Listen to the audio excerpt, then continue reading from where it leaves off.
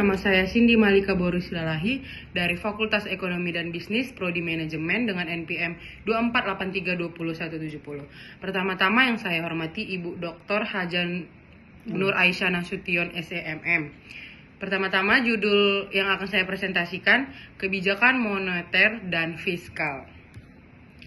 Pengantar dan agenda, memahami pilar stabilitas ekonomi. Pengantar kebijakannya yaitu memahami konsep dasar kebijakan moneter dan fiskal. Yang kedua, peran bank sentral, fungsi utama dalam mengatur peredaran uang. Yang ketiga, peran pemerintah, pengelolaan untuk anggaran kesejahteraan. Yang terakhir, sinergi dan tantangan, interaksi dan kendala yang akan dihadapi. Selanjutnya, kebijakan moneter, peran bank sentral dalam mengatur uang beredar.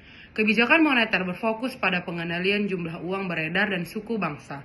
Tujuannya adalah menjaga stabilitas harga, mendorong pertumbuhan ekonomi, dan menjaga stabilitas sistem keuangan. Yang pertama, dilaksanakan oleh bank sentral. Kedua, mempengaruhi inflasi dan daya beli. Ketiga, instrumen utama, suku bangsa, operasi, pasar terbuka, rasio cadangan yang wajib. Kebijakan fiskal. Peran pemerintah dalam mengelola anggaran negara. Yang pertama ada pajak, sumber pendapatan utama untuk membiayai pengeluaran negara dan redistribusi kekayaan. Yang kedua ada belanja pemerintah, alokasi dana untuk infrastruktur, layanan publik, dan program sosial untuk stimulasi ekonomi. Yang terakhir ada defisit dan surplus, pengelolaan anggaran untuk mencapai keseimbangan ekonomi jangka panjang. Instrumen utama yaitu bunga, pajak, dan belanja pemerintah. Kebijakan moneternya terdiri dari 3. Yang pertama, suku bunga acuan untuk mempengaruhi biaya pinjaman dan investasi. Kedua, operasi pasar terbuka, jual beli surat berharga untuk mengatur likuiditas. Yang ketiga, rasio cadangan wajib, presentasi dana yang harus disimpan bank. Kebijakan fiskal juga ada 3. Pajak, penyesuaian tarif untuk mengendalikan konsumsi dan investasi. Yang kedua, belanja pemerintah, investasi publik, dan subsidi untuk dorong pertumbuhan. Yang ketiga, transfer payment, redistribusi pendapatan ke masyarakat.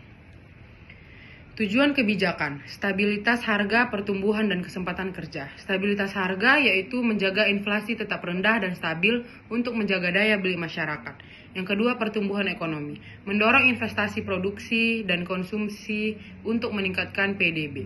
Terakhir, kesempatan kerja penuh, mengurangi pengangguran melalui penciptaan lapangan kerja yang berkelanjutan. Interaksi dan tantangan, sinergi atau konflik antar kebijakan.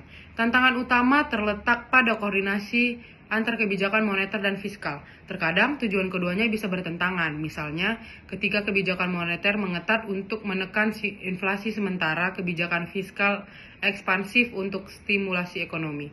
Sinergi yaitu keduanya bekerja sama untuk mencapai tujuan. Konflik, tindakan suatu kebijakan merugikan tujuan lainnya. 4. Keterlambatan efek. Dampak kebijakan tidak instan. Terakhir, keterbatasan instrumen. Tidak semua masalah dapat diatasi dengan satu instrumen. Kesimpulannya dari presentasi ini, masa depan pengelolaan ekonomi nasional. Yang pertama, kebijakan moneter dan fiskal adalah pilar utama stabilitas ekonomi. Yang kedua, koordinasi yang efektif sangat penting untuk mencapai tujuan ekonomi nasional.